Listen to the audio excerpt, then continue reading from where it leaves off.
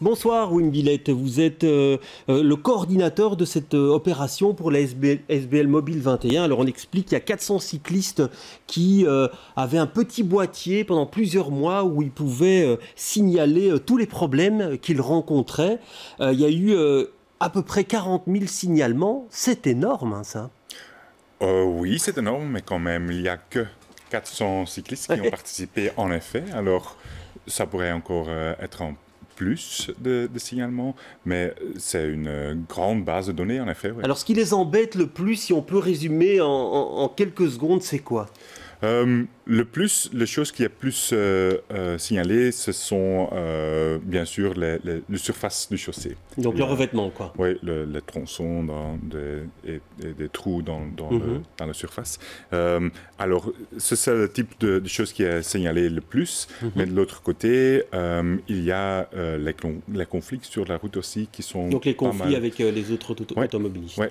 Ou des autres usagers de la route, bien sûr. Pas seulement les automobilistes. Ouais. Florine Cunier, bonsoir. Vous représentez le GRAC, les cyclistes quotidiens. Alors, est-ce qu'il y a des choses qui vous ont étonné, vous, dans les résultats de cette étude?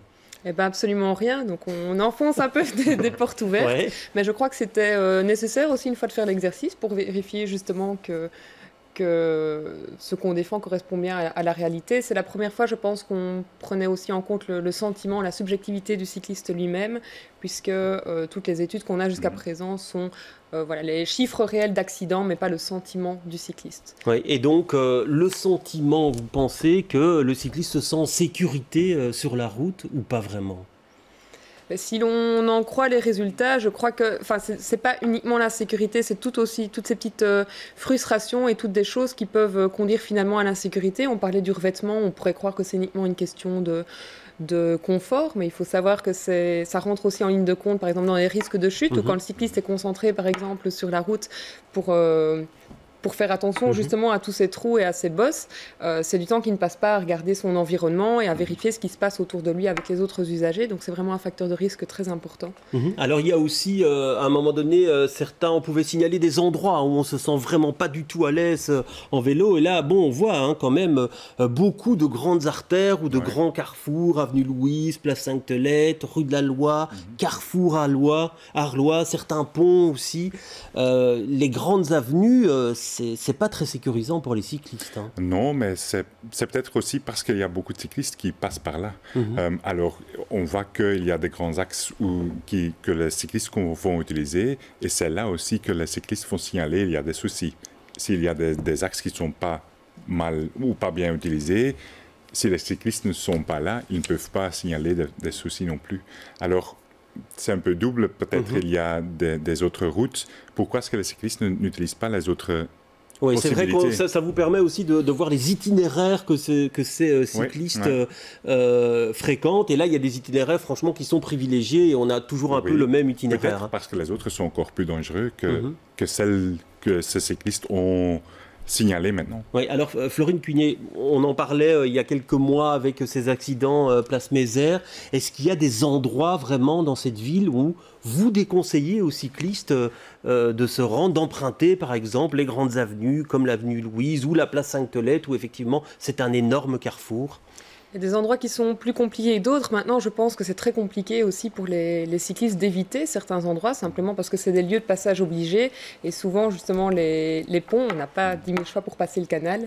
Donc, par exemple, Sainte-Thelette, c'est vraiment un passage obligé. Et donc, on va dire aux cyclistes qu'il faut être prudent, mais on ne va pas déconseiller de passer. Nous, on va surtout conseiller aux autorités d'aménager correctement ces endroits, justement, pour qu'ils deviennent sûrs, à la fois pour les cyclistes, mais également pour les piétons. Parce que la plupart des zones à concentration d'accidents, on a des problèmes pour les cyclistes, c'est aussi en priorité des lieux où on a des problèmes pour les piétons. Ouais, et en même temps, vous le signalez aussi, on le voit dans l'étude, la rue de la Loi est signalée comme problème, alors qu'il y a une piste cyclable là, et pourtant, Dieu sait que cette piste cyclable peut entraîner de l'insécurité avec les conflits potentiels avec les piétons. Oui, parce que le trottoir est trop étroit.